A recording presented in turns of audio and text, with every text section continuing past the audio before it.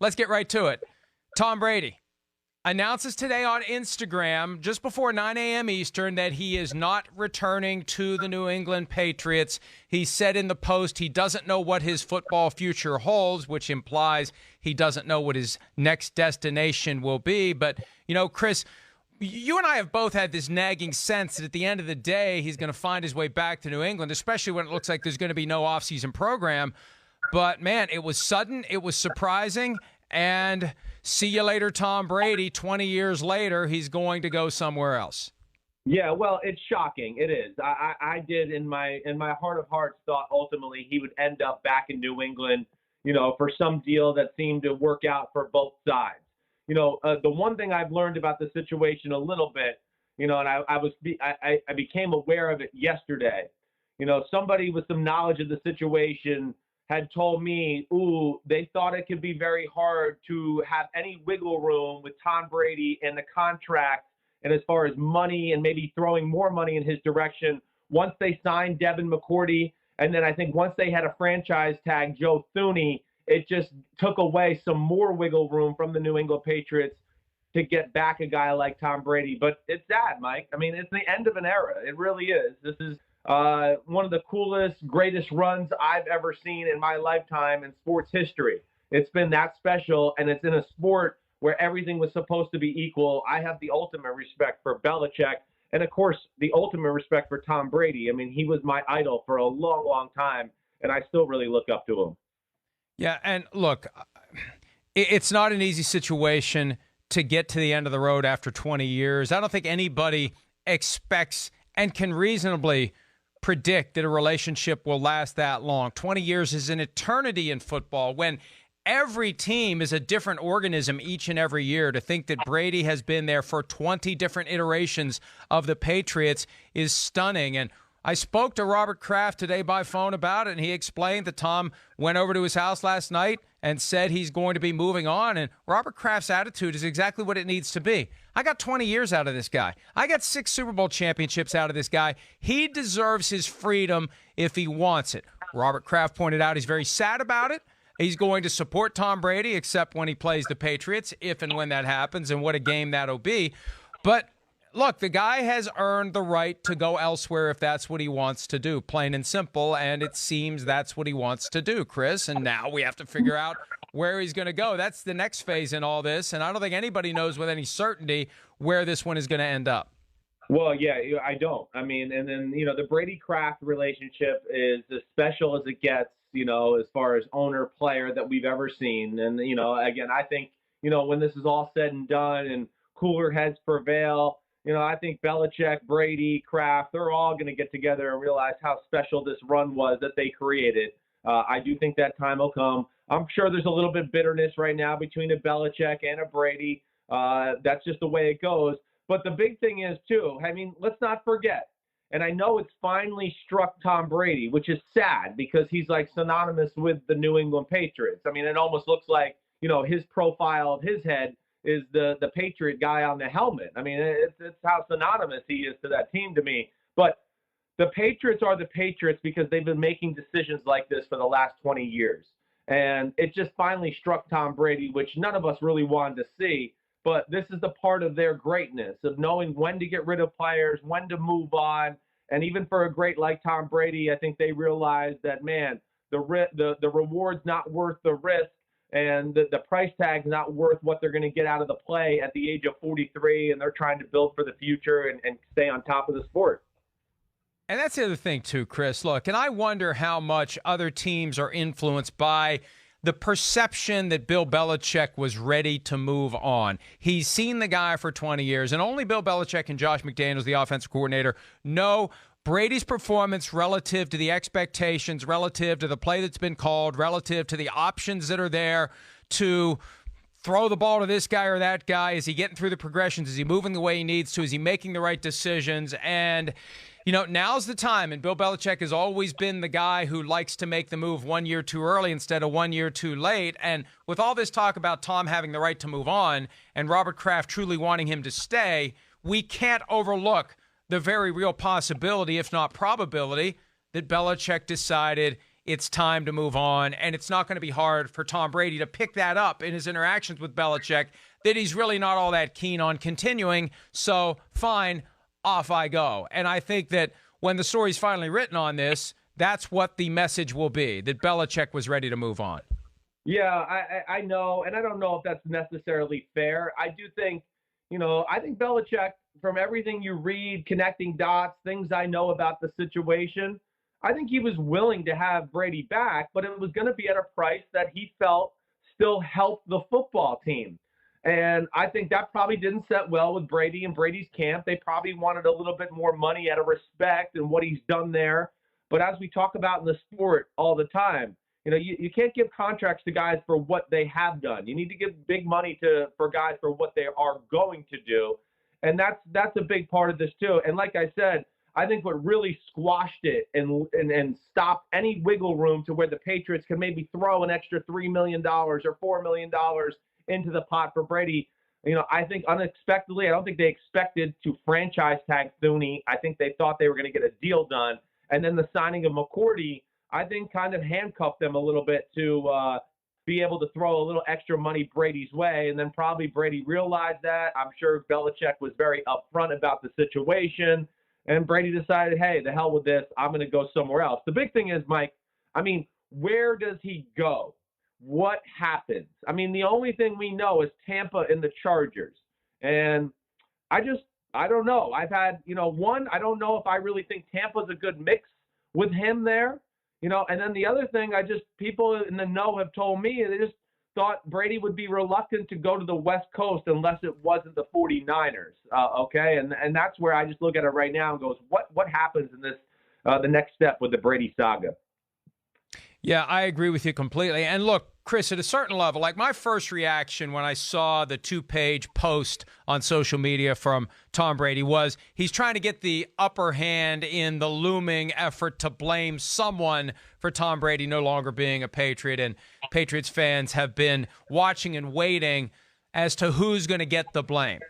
I think the other side of it, too, I think there's a chance he's trying to goose the market a little bit, because I think a lot of people around the league still believed he's going back to New England. So why am I going to put together an offer that he's going to take back to New England and say, hey, here's what this team is willing to do. Here's what that team's willing to do. What are you willing to do? And Bill Belichick eventually says, I'll do this. They work out a deal, and the team wasted its time. Now it's obvious he's in play. If you want him, come get him. And to the extent that Shefty was talking about teams laying in wait the other night, now it's clear. Now it's obvious. And let's put it all together on the timeline.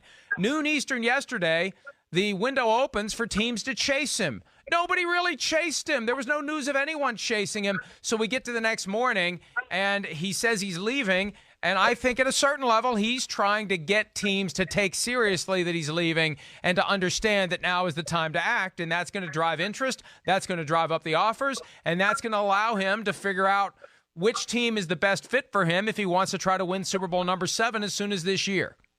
Well, maybe, Mike, maybe. But I do think, most of the league realized that New England was not going to make him a deal that was going to blow, his doors off or blow the NFL, media circuit where they were like, oh my gosh, they offered Brady this type of money. I think people know he was there to be had.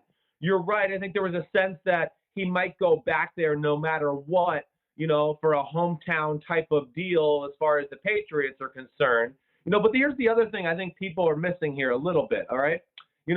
When you sign Brady, hey, it's great. It's Tom Brady. He's a legend. You're going to sell tickets and billboards. It's going to be a distraction to your team. It's going to overtake your facility. It's going to be the only thing in town. A lot of teams I think they look at it and go, oh, Tom Brady's good. And then they think about some of those aspects added to the fact that, oh, wait, he's 43 and we might only have him for a year and be right back in this boat next year. Okay. Let alone, here's something a coach said to me about the situation yesterday. He thought that some coaches were a little scared of Brady to a degree too, Mike, because he's so used to seeing things the way they're done in New England and with Belichick and how perfect they are and how the T's are crossed and the I's are always dotted and everything is just this well-oiled machine. Certainly the greatest well-oiled machine I've ever seen. And I think a lot of people who have been in different facilities would tell you. And I think that intimidates some organizations to where they go, wait, if he sees how, we're making the donuts behind the scenes here, he might be like, man, you guys are lazy. You're not detailed. This is not how you do it. And I think that scares some teams, too, with the Tom Brady situation as well. And Chris, he's got no opportunity to kick the tires to the extent that he was thinking about doing a tour or having the tour come to him. That's all prohibited by the NFL's COVID-19 rules. We're going to talk about those coming up here. But he's going to have to make his decision sight unseen. This is Brock Osweiler to the Texans type territory. And there is a chance he goes to a team and he's like, holy crap, what is wrong with these people? It's almost like the reverse of Odell Beckham Jr., where Beckham seems to be craving a team like the Patriots to help him win because he's experienced teams that aren't like that, and he can't wait to get to that kind of an organization.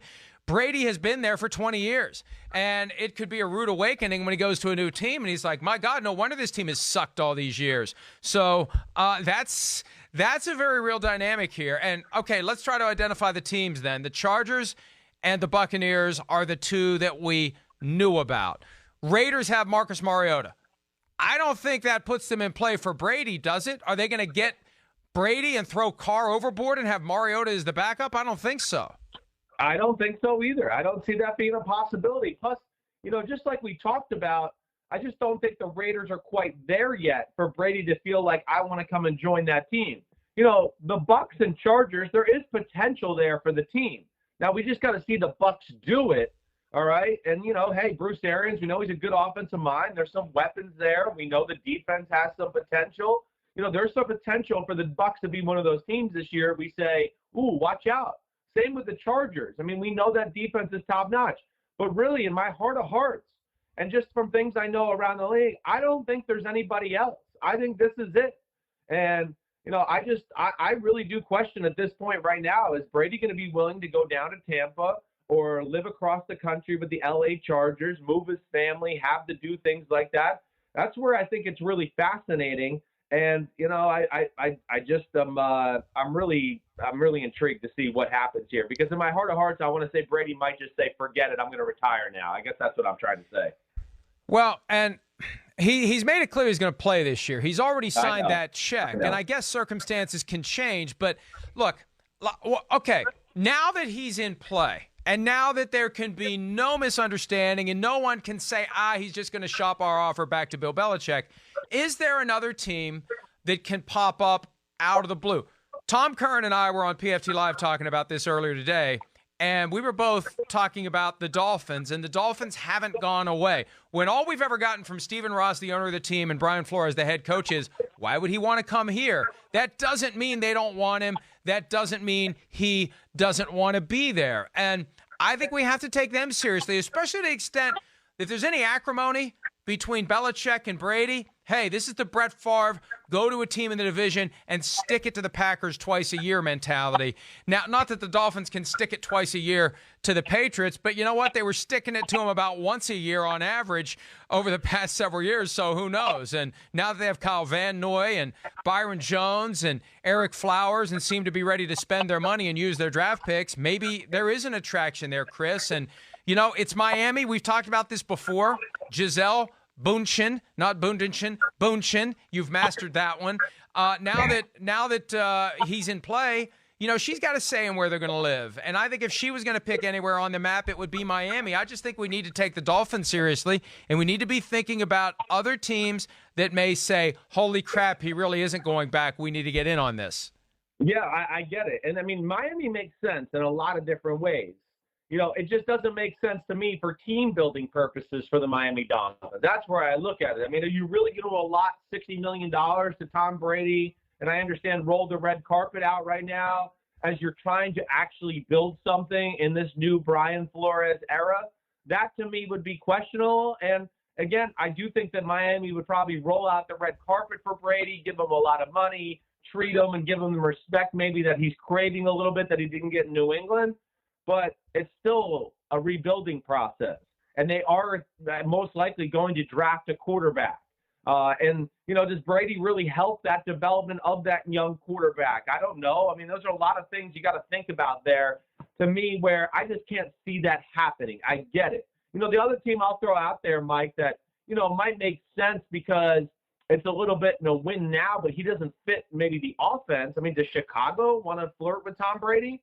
I mean, that would be the other team I'd just throw out there.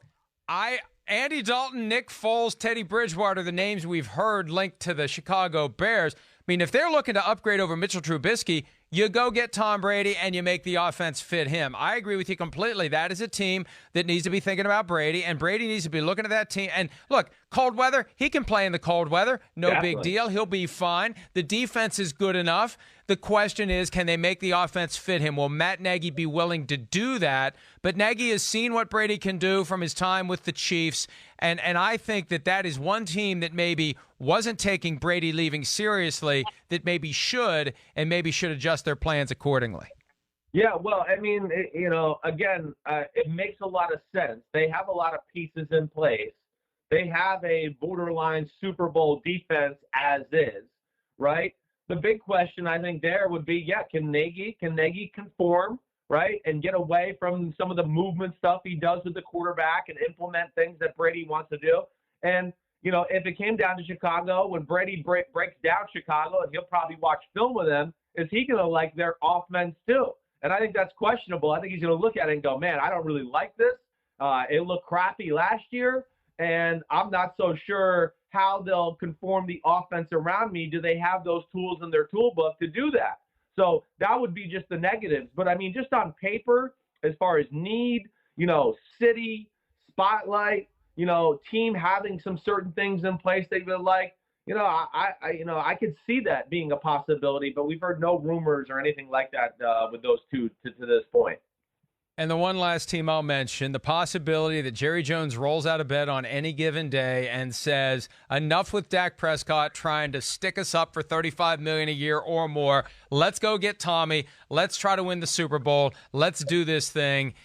A guy can dream, because that would be one of the great stories of all time if that would work out, although the chances of it happening, I think, are incredibly slim. Hi, I'm Mike Tirico, and thanks for watching. Make sure to hit subscribe for the latest news and highlights from NBC Sports.